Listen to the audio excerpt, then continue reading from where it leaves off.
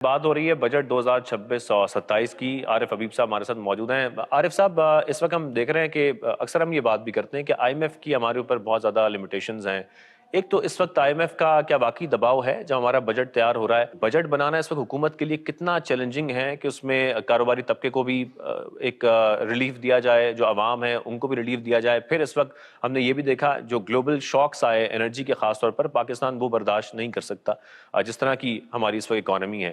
اس وقت حکومت کو کن ترجیحات پر اس وقت زور دینے کی ضرورت ہے، یا یہ سمجھنے کی ضرورت ہے کہ اکانومی کو اس طریقے سے ہم نے آگے بڑھانا ہے اور اس لو گروتھ ٹریپ سے نکلنا ہے؟ دیکھیے، پاکستان کو اگر آپ دیکھیں ہسٹری میں تو کووڈ نے ہٹ کیا تھا، اور کووڈ نے تمام ملکوں کو ہٹ کیا، اور اس کے کچھ ہی عرصے کے بعد ہم نے دیکھا کہ کووڈ کے بعد 21 جو ہے وہ پاکستان کے لیے اچھا گیا، لیکن اس کے بعد پھر یہ رشیا یوکرین وار اور چینج آف گورنمنٹ ان پاکستان جو ہوا، اس نے بہت بری طرح پاکستان کی اکنومی کو ہٹ کیا، اور ہم بالکل ڈیفالٹ کے نہج پہ پہنچ گئے تھے۔ اور اس میں ایک وجہ یہ بھی تھی کہ ہم نے آئی ایم ایف کے ساتھ جو ایگریمنٹ کیے تھے وہ ایگریمنٹ آنر نہیں کر رہے تھے، اور وہ جو ہے اس میں بہت مشکلات میں آ گئے تھے۔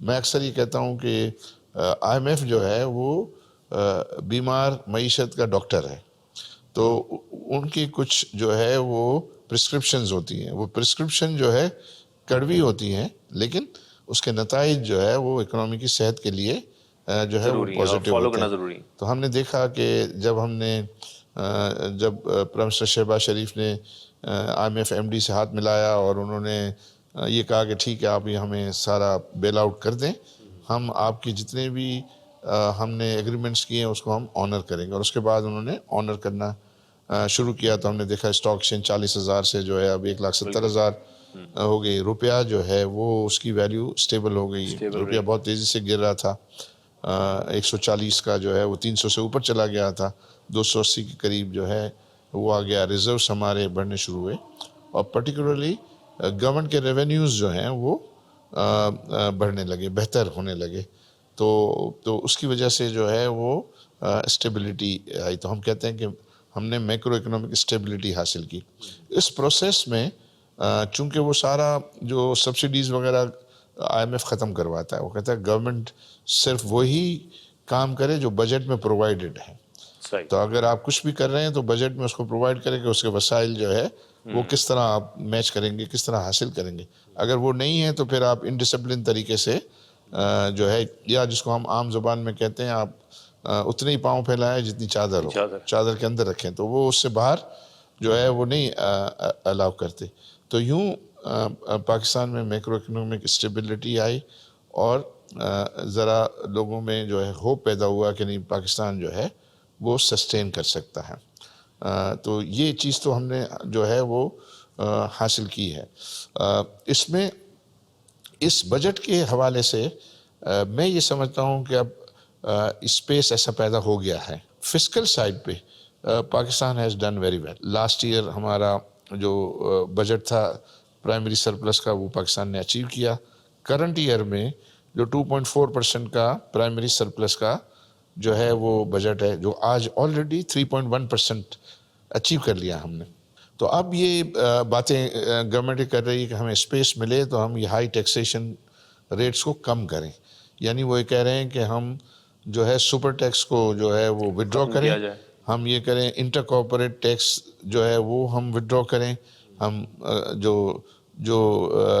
انڈیویجول ٹیکسیشن ریٹ ہیں سیلریز وغیرہ پہ، اور اس کو ہم جو ہے وہ کم کریں، ایکسپورٹس کے اوپر جو ٹیکسز کو ہم کم کریں، سی وی ٹی کو کم کریں۔ یہ سب انہوں نے لسٹ بنائی ہے ایک گورنمنٹ، کیونکہ ہم میٹنگز کرتے ہیں تو ہمیں اس میں ہے، اور وہ بہت زیادہ ڈائلاگ چل رہا ہے، انڈیپینڈنٹ اکنامسٹ کا بھی وہ مشورہ کر رہے ہیں، کیونکہ وہ many a time business community سے تو بات کر رہے ہوتے ہیں، لیکن کبھی کبھی وہ سمجھتے ہیں کہ ان کا ویسٹڈ انٹرسٹ ہے، تو وہ انڈیویجول اس سے بھی وہ جو ہے کر رہے ہیں، اور اپنا اسپیس کو بھی دیکھ رہے ہیں۔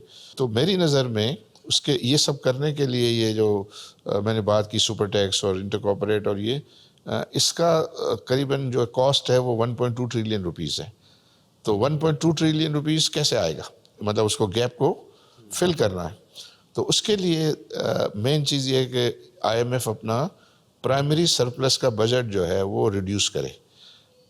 اگر وہ 1% کم کرتا ہے، کیونکہ ابھی ہم 3.1% پہ ہیں، اگر وہ 1% کم کرے تو یہ جو ہے 1200 بلین یا 1.2 ٹریلین بن جاتے ہیں وہ. اسی طرح اور اسپیس دینے کے لیے پچھلے آپ نے 2-3 سالوں میں دیکھا ہوگا کہ ایف بی آر ریونیو کا گروتھ جو ہے وہ ٹارگیٹ دیتے تھے 20%، 22%، 24%، 18% اس قسم کے ہیں.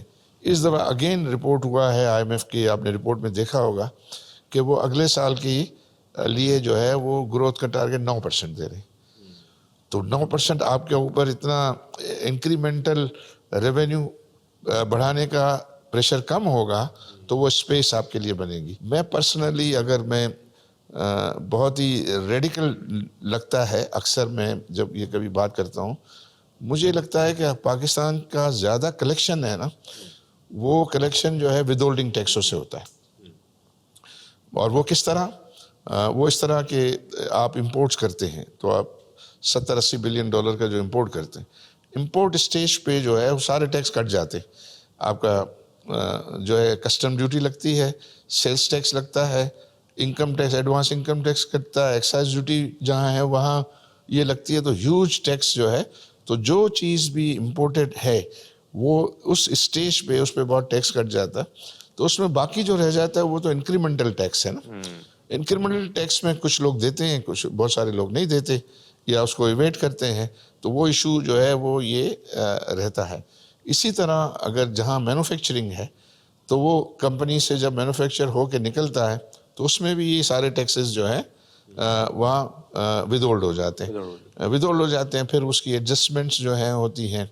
یہ ایکسپورٹس پہ بھی انہوں نے یہ ڈال دیا ہے سب. یہ باتیں بھی سامنے آ رہی ہیں کہ جو نان ٹیرف بیریئرز ہیں ان کو بھی کم کیا جا رہا ہے. ساتھ میں آئی ایم ایف کی کچھ ایسی سفارشات بھی ہیں کہ جو تجارتی نظام ہے اس میں بڑی تبدیلی لائی جا رہی ہے اس بجٹ کے اندر. اس میں تو ذرا آئی ایم ایف کے تو ایک جو مجھے نظر آتا ہے ہمیشہ ان کی باٹم لائن جو ہوتی ہے وہ یہ کہتے ہیں کہ بھئی آپ کا جو فائنینشیل ڈسپلن ہے حکومت کا وہ ڈسٹرب نہیں ہونا چاہیے. صحیح. جیسے ہم کیسے یہ جو ہمارا کرنٹ اکاؤنٹ ڈیفیسٹ والا معاملہ ہے وہ اسٹیٹ بینک نے بہت اچھا ڈیل کیا. انہوں نے یہ کہا کہ بھئی our import should not be more than our export and remittances. جتنا ہم کو ایکسپورٹ اور ریمیٹنس کے ذریعے ڈالرز آتے ہیں اتنا ہی ہم امپورٹ کے لیے جو ہے آپ کو اویلیبل کریں گے. اس کے علاوہ بھی ہماری اور لائبلٹیز بھی ہوتی ہیں، لون ری پیمنٹس ہیں، فورن لونس پہ انٹرسٹ پیمنٹ بھی ہوتی ہیں. تو اس کے باوجود جو ہے تو وہ اس نے پچھلے کچھ سالوں میں ہمارا یہ جو کرنٹ اکاؤنٹ بیلنس کرنے کے لیے اس نے ورک کیا ہے. تو وہ کریں، لیکن پھر لوگوں کو شکایت ہو جاتی ہے کہ بھئی ہمارے امپورٹ پہ جو ہے ریسٹرکشنز ہیں، ہم یہ نہیں کر سکتے فلاں. تو اس کے لیے یہ کہ آپ زیادہ ڈالرز کمائیں، ریمیٹنسز بڑھیں، اور اس میں بھی ریمیٹنسز میں بھی اور بڑھنے کی بہت گنجائش ہے. اس لیے کہ میرے خیال سے اور میرے حساب سے ہمارے نان ریزیڈنٹ پاکستانیز کی اینول انکم $100 بلین ہے. جو بھیج رہے ہیں وہ بینکنگ چینل کے ذریعے $40 بلین.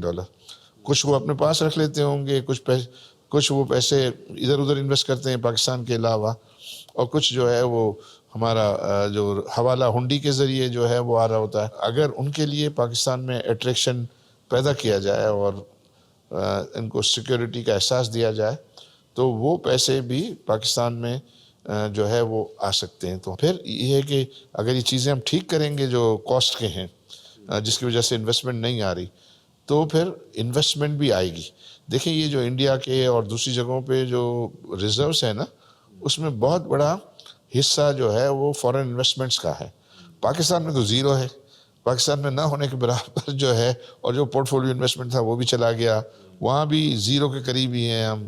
ڈائریکٹ انویسٹمنٹ میں بھی زیرو کے قریب ہیں. تو وہاں مجھے تو بہت زیادہ جو ہے وہ اسکوپ نظر، کیونکہ وہاں سے گرنے کم ہونے کے چانسز نہیں ہیں، بڑھنے کے چانسز ہیں. اور ادھر ہم اچھا کام کریں، یہ نان ریزیڈنٹ پاکستانیز کا اعتماد بحال کریں، تو ہم ماشاءاللہ یہ ہمارا کرنٹ اکاؤنٹ ڈیفیسٹ کا ایکسٹرنل اکاؤنٹ کا مسئلہ حل ہو جائے گا. اور پھر ایک اور بات جو بہت ضروری ہے یہاں کرنا کہ پاکستان کا جو قرضہ ہے وہ آئی تھنک 85% جو ہے جو فورن ڈیٹ ہے وہ انسٹیٹیوشنل سے ہے. مطلب یہ I M F, world bank, یہ ہمارا ایشین ڈیولپمنٹ بینک اور اے ڈی بی اور آئی ڈی بی اور فلاں. تو اس سے ہے. تو وہ تو اتنا کوئی مشکل وہ اکنامیکل بھی ہوتا ہے وہ قرضہ, اور کوئی بہت زیادہ اس کا رول اوور ہونا یا اس کے لیے جو ہے کوئی جو ہے مشکل نہیں ہوتا. ہمارے پاس مشکل سے 15% جو ہے وہ کمرشل ڈیٹ ہے. وہ کمرشل ڈیٹ بھی وہ اس کا ٹینیور چھوٹا چھوٹا ہوتا ہے. ڈسکشن ہماری عارف حبیب صاحب کے ساتھ جاری ہے. یہاں پر ایک بریک شامل کرتے ہیں, ہمارے ساتھ رہیے.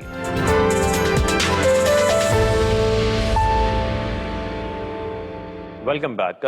عارف حبیب صاحب, ڈپلومیٹکلی اس وقت اگر ہم دیکھیں پاکستان کی جو سفارتی کامیابیاں ہیں وہ اس وقت پوری دنیا اس کی معترف ہے. روزانہ کی بنیاد پہ ہماری تعریفیں ہوتی ہیں, لیکن اس ڈپلومیٹک کامیابی سے پاکستان کو معیشت کو لے کر بھی کچھ فائدہ اٹھانا چاہیے. یہ بہت بڑی اپرچونیٹیز ہیں جو سب پاکستان کے سامنے, اور اگر ہم نے اس وقت مس کر دیں تو وہ ظاہر ہے وہ اپرچونیٹیز ہمارے ریجن میں دیگر ممالک کو چلی جائیں گی. جی بالکل, آئی تھنک اس کا فائدہ اٹھانا چاہیے.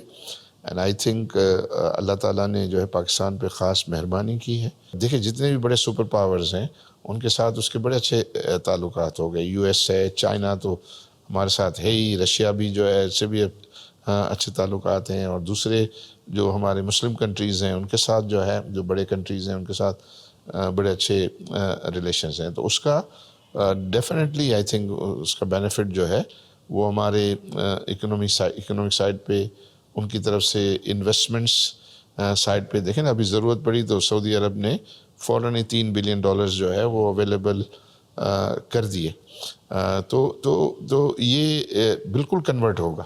یہ کنورٹ ہوگا جو ہم پہلے بات کر رہے تھے کہ فورن انویسٹمنٹ میں بڑھوتری کے لیے ہمارے جو نان ریزیڈنٹ پاکستانیز ہیں وہ پاکستان میں انویسٹمنٹ میں دلچسپی لیں. ہم نے مختلف سٹیٹمنٹس دیکھی ہیں ماضی میں کہ IMF پروگرام سے یہ ہمارا آخری IMF پروگرام ہوگا. اس وقت جو سٹیپس حکومت کی طرف سے لیے جا رہے ہیں معیشت کو لے کر, آپ کو لگتا ہے کہ آنے والے وقت میں بہت جلد ہم IMF سے چھٹکارا حاصل کر لیں گے؟